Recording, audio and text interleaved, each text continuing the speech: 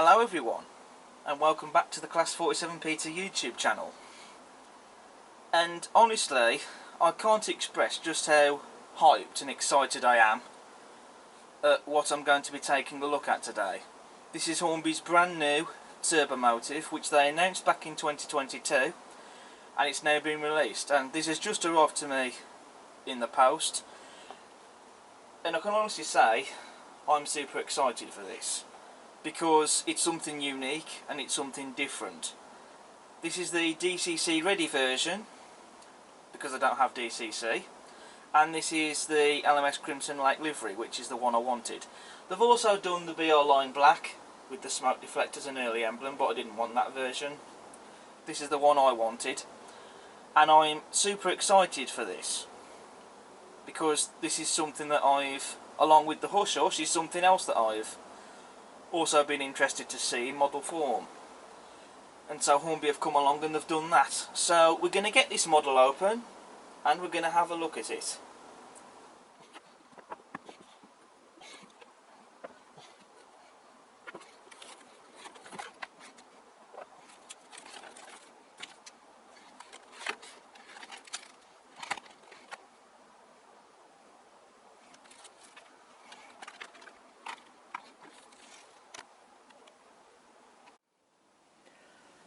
So here we have the LMS Turbomotive out of the box and down on the layout, and isn't she a beauty? And I can honestly tell you this is an amazing model, even just to look at it.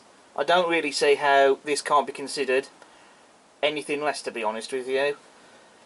It's just absolutely gorgeous. Everywhere you look at it, there's detail. It screams quality, and best of all, no quality control issues either. I can't see any glue marks, blemishes, damage, paint chips, etc., or any detail bits that aren't fitted properly, anything like that. It's in the high standard factory finish that we expect to see from these models. Right, so the first thing I'm going to discuss is the mechanism. Now again, I'm not going to take this model apart to show you the mechanism, because the mechanism this model is fitted with you've all likely seen before for yourself. But this is fitted with a 5-pole motor and it has a flywheel, and the mechanism on this is superb. No issues with that at all. It runs absolutely beautifully in both directions. It will still need running in, like with all models do when you first buy them, but it just runs so smoothly, which is what you want to expect from a model as well. Not just to have quality, but also for it to work straight out of the box as well. The next thing to discuss: does this look like the Turbomotive? Is this an accurate model? And answer to that is again a yes, without a shadow of any doubt. Studying all the photographs of the prototype, they've got the shape right, the proportions are there, all the detail is there everywhere you look at it. I can't see anything that I've studied in the photographs that they've left off on the model. It's all there and correct. So it does indeed look like the Turbomotive. It looks like that they've taken a shrink ray gun to the real thing and zapped it down to the size of a 00 gauge model. So we're going to start with the detail on the model now. First of all, I do want to talk about the features this model has. So first of all, we have separately fitted loco headlamps, and I'm sure you're thinking at this point, well, what's so special about these? Well, believe it or not, this model has working headlamps, as you shall see in these clips. It's not the first time we've seen this on an RTR model. Dapple did it with their Black Label A4s, but it is the first time that Hornby has released a steam loco model that has working headlamps. And I just think that that's a really awesome feature. Going forward, it's that warm white colour, and then in reverse it's a red colour. You can understand it being bi-directional, if you know what I mean, because, I mean, in reality of course they'd swap the lamps over to tail lamps when this loco was going in reverse, but you can't really do that on a model, so you can understand why it changes colour depending on the direction you run it in. The only thing I would say though is that you don't usually tend to see these loco headlamps with that warm white colour that you see on these, it's usually in that, it's pretty much the same sort of similar colour actually to the colour of these tail lamps when it's going in reverse. That being said, however, I do know that I think there are some locos on the network that have these electric headlamps. I know Tornado's headlamps are actually fitted with LEDs and they are that warm white colour. I'm not sure if there are any others that are fitted with those, but I do know Tornado is one example, possibly even the P2 Prince of Wales as well actually when that gets released into service. So it is one of those things where you can make of that what you will or won't. But personally I think that's a fantastic feature. I've never owned a steam loco before with working headlamps. So a big thumbs up to Hornby for doing that at least. So could that be the feature perhaps that maybe the models expect to see now on a steam loco? Could we start seeing that more often with these? I suppose only time will tell. There's also a working lamp on the rear of the tender as well. Now it's interesting that there is a lamp on the back of the tender, because you would only really have a lamp on the rear of the tender for a light locomotive move, not when it's pulling a train. But, you know, even to see the lamp working, even when it's pulling a train, it's still nice to see. And basically, now of course with this technically being a tail lamp, it works reverse to the lamps on the front of the loco. Going forwards, of course, it glows red. That makes sense. And going in reverse, of course, it has that warm white look. So, like I say, it makes sense. That does. So, nothing wrong with that. Again, make of that feature what you will, but I really like it. So it's great to see working lamps on a steam loco. And another feature this model has is the Flickering Firebox. You have to excuse the footage I've filmed of it being a shot while the model is running, because I couldn't get a buffer stop to fix into place on the track. So I can do a static shot of it like I usually try to do on this occasion, but I still managed to get a shot of that Flickering Firebox. And again, that's another feature that some people might have divided opinion on. Some people will like it, some people might not have any care for it, but for me, I always like to see that feature. It's nice to always have a glimpse of the glowing firebox when it's running around on the layout.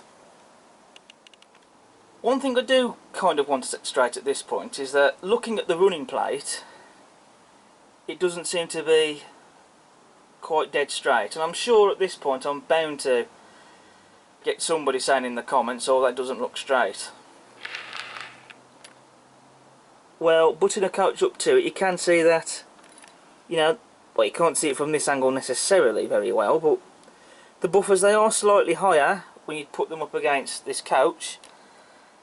But to be honest with you, I don't really care that much really, because I'm not really going to get this loco running tender first pulling trains. And also, another thing to consider is that these running plates in real life, they weren't always completely dead straight and flat and even.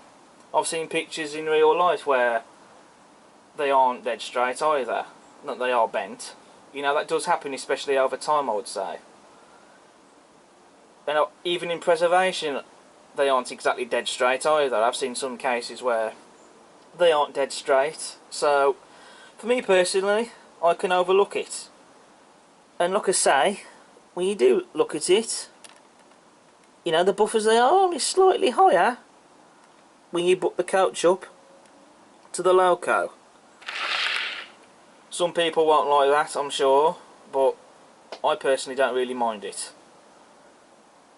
Because at the end of the day, there's no major issues with it. The motor's not burning out, it works straight out of the box.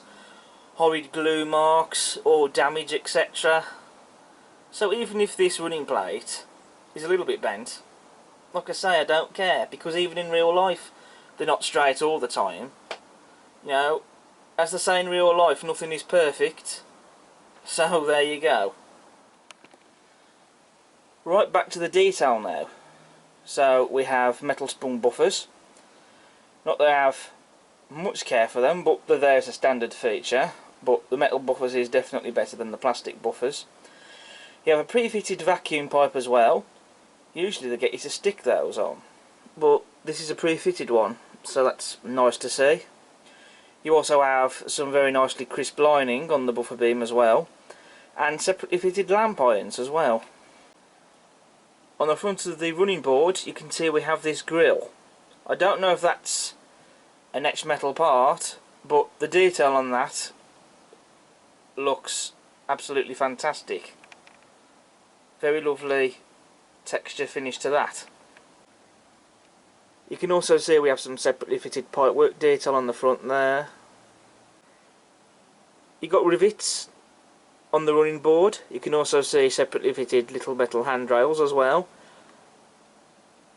And then you got these little parts here, which they do act as steps, so if the crew need to climb up to get on top of, on the running board just here, if they need to get to the loco. On the smartbox door you have separately fitted smartbox door darts, separately fitted lamp iron and metal handrail as well. And you have the number plate of the loco, 6202, which is very well applied. We have rivet detail on the smartbox. We've also got the double chimney as well that this loco was fitted with. And the profile on dimensions and that etc. is correct. And you've also got a separately fitted metal handrail and separately fitted piping going down alongside the boiler and firebox. So as you can see, as true to the prototype, there aren't any cylinders or valve gear or crossheads, and that's correct because this loco didn't have them. So to some it might look unusual on a Pacific. This was basically a modified LMS Princess Royal class, but that's what makes this loco unique in my opinion. And I just love the stainless steel look of the tyres of the loco on the wheels. Not to mention the middle of the wheels that have been picked out and painted silver. I think that really makes them stand out, I think. So as you can see, running down the whole length of the loco is this casing. And this is where the turbines were housed. On this side of the loco, this is where 18 rows of blades for the turbines would have been housed inside this casing going down the whole length of the loco. Those look correct and the detail looks fantastic. You got rivet detail on those. You have little handles on them, so obviously that they need to get into them obviously to open them up if they need to maintain them etc. Plus you've also got these here which look to be nozzles, because this did have nozzles that could be worked manually, and I believe that's what those little bits of detail are. They're separately fitted and they look absolutely superb. And then these casings here fitted into where the cylinders would usually be and all the valve gear etc. These is where the turbines would have been, because the casing that you've already seen going down the whole length of the loco, that was to house the blade in, because you wouldn't really be able to get the turbines in there. The blading fitted in there, but you need to fit the turbine somewhere, so this is where they would have been, housed inside these casings. You can see the detail on those looks absolutely stunning. All the rivet detail there etc. We have separately fitted whistle and safety valves. The safety valves are actually made of turned brass, while the whistle is plastic and painted, but that still looks nice. Glazing in all of the cab windows, and you can see the side windshields there, just on the sides of the cab. The cab roof has rivet detail and roof vents that, as you can see, they do open and close. So that's up to you if you want to have them open or closed. It's an okay feature, it's pretty neat, and it does look nice, I think, when you have them with them open, so it looks like the crew have opened up to get some ventilation into the cab. I should talk about how heavy this model is, and that's because the boiler is all made out of die-cast metal, as is the smoke box. The running plate here This is a plastic construction, but the boiler is all made of die-cast metal, so it is really heavy. So you've got a lot of weight in this model for traction. Also take a look at the detail you can see on the rear pony truck there. You have the rivet detail there, axle box and spring, and all this pipe work that you see just under the cab. That's all been painted as well. Again, lots of rivets on the cab side. Wherever there's rivets, where it's appropriate, you'll see them. They haven't left them off. And you can also see the cab doors there as well, on the ends of the cab. And just to see all the amount of detail that they've crammed onto the model, just look at the tread detail on the footplate there. And that's a metal piece as well. All the detail on the back head inside the cab interior has all been painted.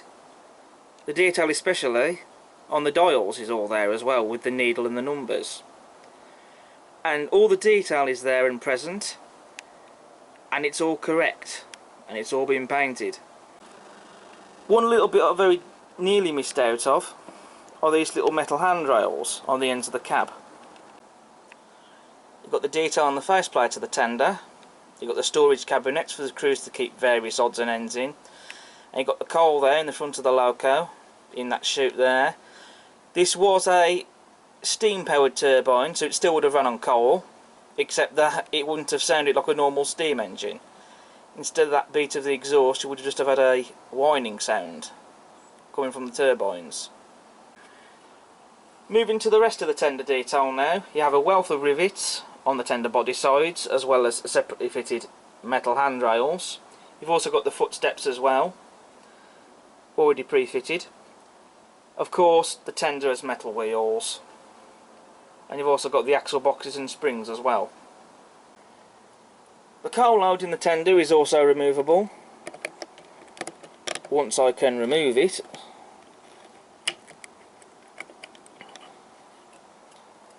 There you go. So you can either scatter your own coal load on top of this one, or just simply leave this in the tender and not bother fitting coal load in. It's up to you. Or you can remove this and put your own coal load in the tender, but I'm not going to show you the detail inside the tender because nothing really much to look at. But yeah, I always like seeing the removable coal loads in the tenders. Nice feature. You can see the detail there on the rear of the tender, including the filler cap there on the back with a separately fitted handrail. That cap itself, it doesn't open like it does on the Akira scale GWR Mana, but to be honest really, I don't think this really needs an opening filler cap, because this is still a superb model even without that. And also, to be fair, I can't really justify the idea of having a opening water filler cap, as nice as that might be to see, because I don't really have an engine shed on the layout, because I don't really have the room for one on this layout. But there we go. On the rear of the tender, again you have the steps, so the crew can climb up to get to the top of the tender. Separately fitted lamp irons, you can see that lamp there again that I mentioned earlier. Pre-fitted vacuum pipe. The tender of course also has metal spun buffers as per on the loco, and of course as standard slim tension lock name couplings. I've just turned the model upside down on a towel so you can see the electrical connection between the loco and tender. So it's that plug connection with the wires. I would have expected Hornby to have done their new style electrical tender pickup, like what they've done for example with the new P2. They've done away with this. On this model though, you can see this again. I mean, it's not bad, it serves its purpose, you've just got to be careful that you don't snap the wires off it. But like I say, there's nothing really wrong with it, you just need to be careful. Also, I'll show you the water filler scoop there as well. There's always one bit of detail I very nearly forget to mention. You can see the pipework there running underneath the running plate. So now moving on to the livery application, and the livery application is absolutely gorgeous. I've always loved the LMS Crimson Lake livery. I think it's one of the best liveries, and that's the reason why I went for this, because I thought it was definitely better than the BR line black livery, to be honest. Absolutely very neat coat of paint, no blemishes or imperfections anywhere at all. They've got the correct shade of red. I think it's a very deep lust shade of red, and I really like it. I think it looks gorgeous. And then you've got the lining as well, which I think really sets it off. You've got the yellow lining on the running plate there, and also along the boiler band at the front and on the casing. You don't get any boiler bands painted in the middle, but that's correct, because you only really had the yellow bands on anywhere of the boiler or even the firebox going down the front and the back, as you can see on the model. So that's correct, as well as the yellow lining you get on the tender body sides and on the cab sides and the footsteps. Yeah, I just think that this is a very gorgeous livery, and they've got the correct style of numerals and font as well, with the locomotive's number and the LMS lettering, and they've been crisply and very well applied. So turning the loco around to the other side, you can see that as per the prototype, you can see that it does look different on this side than it does on the other.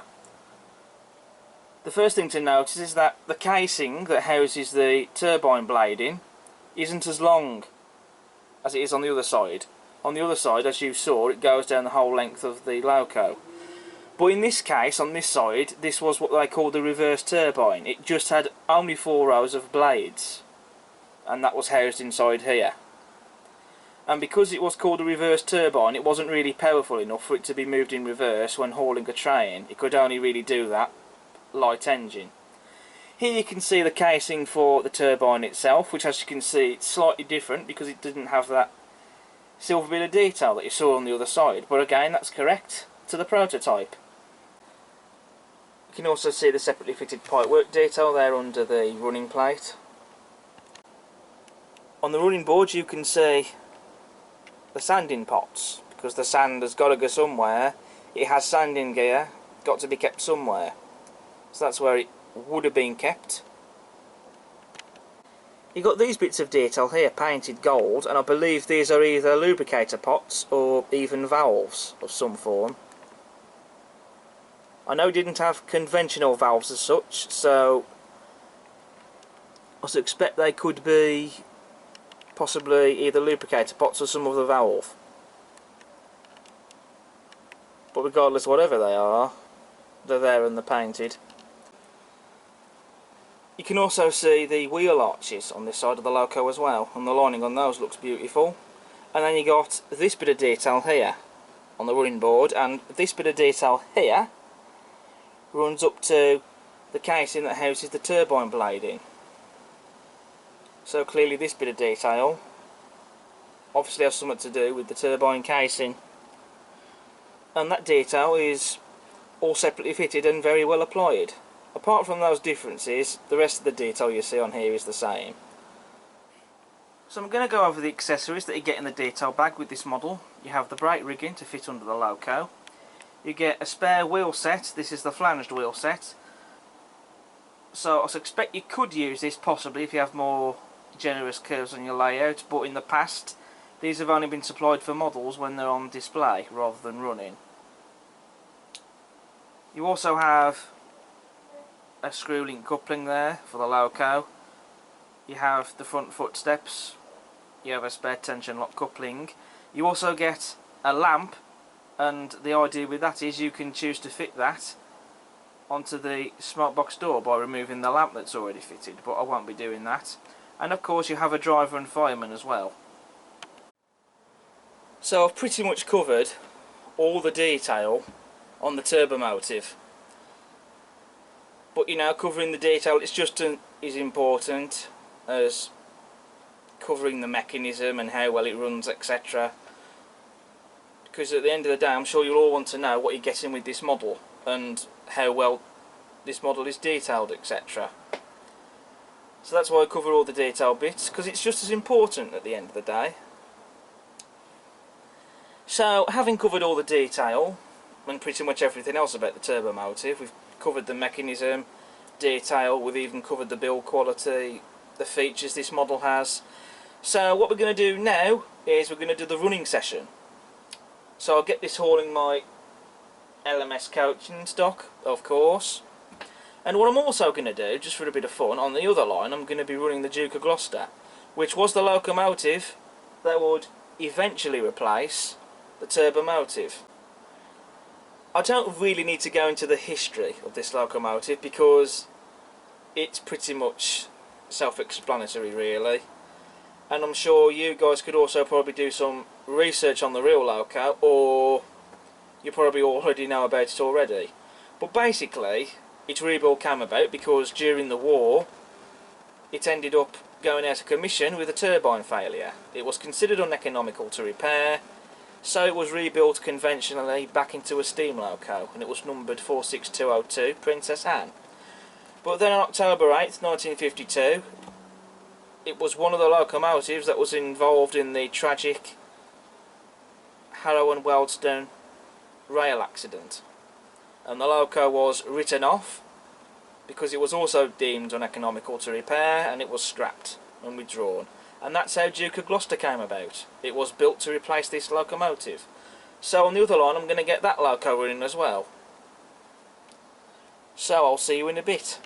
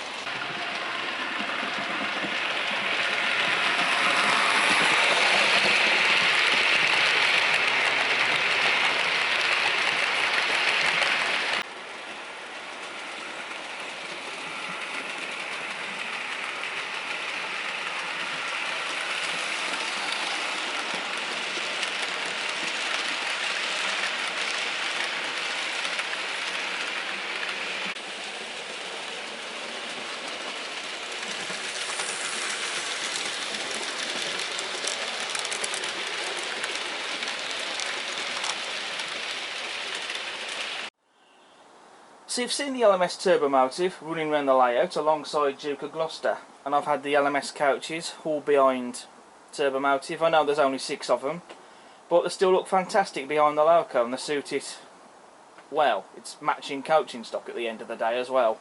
But I might extend this rake at some point when I can find more of these super detail Stanley period 3s. So as for the model then, well, that brings me on to my verdict. So what can I say? Well, first of all, I'd like to ask the question, have Hornby upped their game with this model? I mean, this is going to be debatable, I'm sure, and I'm sure it may be of divided opinion, possibly. But in my opinion, I'm going to say yes to that, they have. The build quality is absolutely outstanding, as is the overall quality itself. There was no issues that made me want to send this model back. You know, like I say, the build quality is just superb and done to a high finish. Livery is absolutely gorgeous. All the detail is amazing. Not to mention the features that Hornby have done. I mean, yes, we've seen flickering fireboxes with Hornby models before. Okay, but the working lamps, the head and the tail lamp, we've not seen that before from Hornby. And I think that that's a game changer for them, in my opinion. And I think this could be a game changer as well for steam locos. As I've said before, could this now be a feature that the modeler starts to expect, and perhaps maybe could this lead to that being a regular feature on steam loco models, perhaps? Again, who knows what the future could bring. But this is an absolutely amazing model. Even when you just look at it, you know, it just sends your pulse racing. The amount of detail on it and just the way this looks, it's just absolutely beautiful. I couldn't complain if I tried. I can't find anything wrong with it. You know, I've basically explained and discussed what this model is like. You've seen how it runs and performs. You've seen all the features working, etc. So I don't really know what more else I can say on the matter, other than the fact that I think this could be an award winner for Hornby. And if this model doesn't show that Hornby still can produce quality items, I don't know what does. Because as far as models go, I mean, some might complain about the price, but you're getting what you pay for with this model. You get a lot of bang for your buck. And I, for one, am glad I spent the money on this model. I don't regret it at all. And dare I say it, this could possibly even be my new favourite model. Or one of my new favourite models even. I mean, I've just absolutely fell head over heels in love with it. And understandably so. It just shows what Hornby can do. And the factories as well. I mean, I have heard some people say, oh, the models made today in China, they're not very good, etc. But I don't think that's really fair, because if that was the case, this hobby wouldn't exist anymore and you wouldn't see any more new products. And this just shows what they can do. And it, you know, I mean, it's all fair enough, bad quality doesn't happen all the time, let's face it, shall we say. I mean, sure, I mean, there have been some duff quality products that slip out the net. You know, every manufacturer's had to suffer that, unfortunately, but this just shows the high standard that gets achieved on a regular basis and what can be done. You know, this model, it's just blown my mind and it's just out of this world. So, a big thumbs up to Hornby for this one. If this model doesn't scoop an award next year, or at any point for Best Model of the Year, then I would be amazed, because I think that this model truly deserves it. So that ends my review on Hornby's brand new LMS Turbomotive. Thank you all very much for watching this video, and I hope you've enjoyed watching it.